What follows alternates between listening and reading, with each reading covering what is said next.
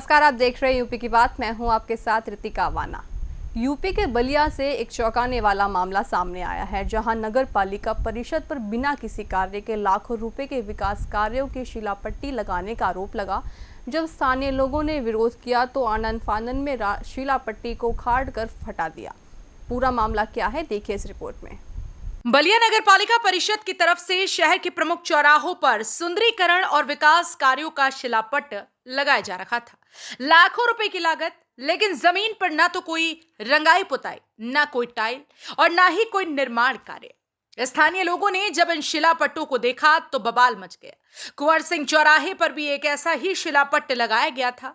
जब स्कूल के छात्रों की नजर इस पर पड़ी तो उन्होंने कॉलेज प्रशासन को सूचना दी, जिसके बाद कॉलेज के शिक्षक ने विरोध कर कहा कि हमने इस पूरे चौराहे को संवारा है, नगर पालिका ने 1 रुपया भी नहीं लगाया।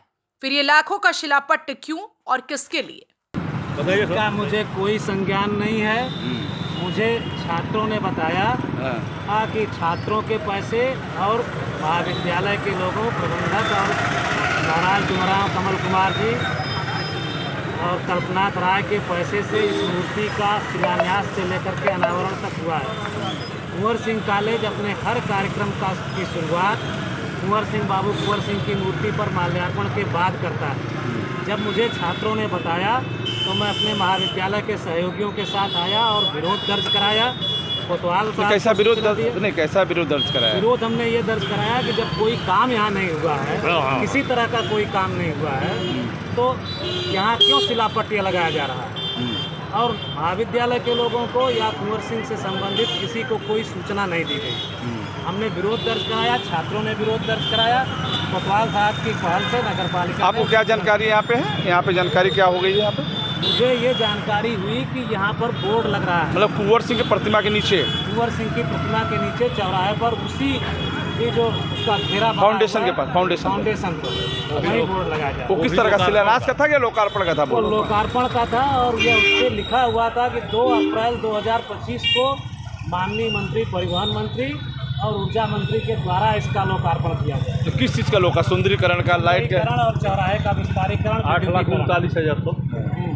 शिलापट्ट लगाने के खिलाफ जब विरोध बढ़ा और विवाद गहराया तो कुछ ही देर में मौके पर पहुंची पुलिस। तब जाकर नगर पालिका के कर्मचारी घबराए, शिलापट्ट को उखाड़ा और चुपचाप वहां से ले भागे। वहीं अब इस पूरे मामले ने राजनीतिक तूल पकड़ लिया है।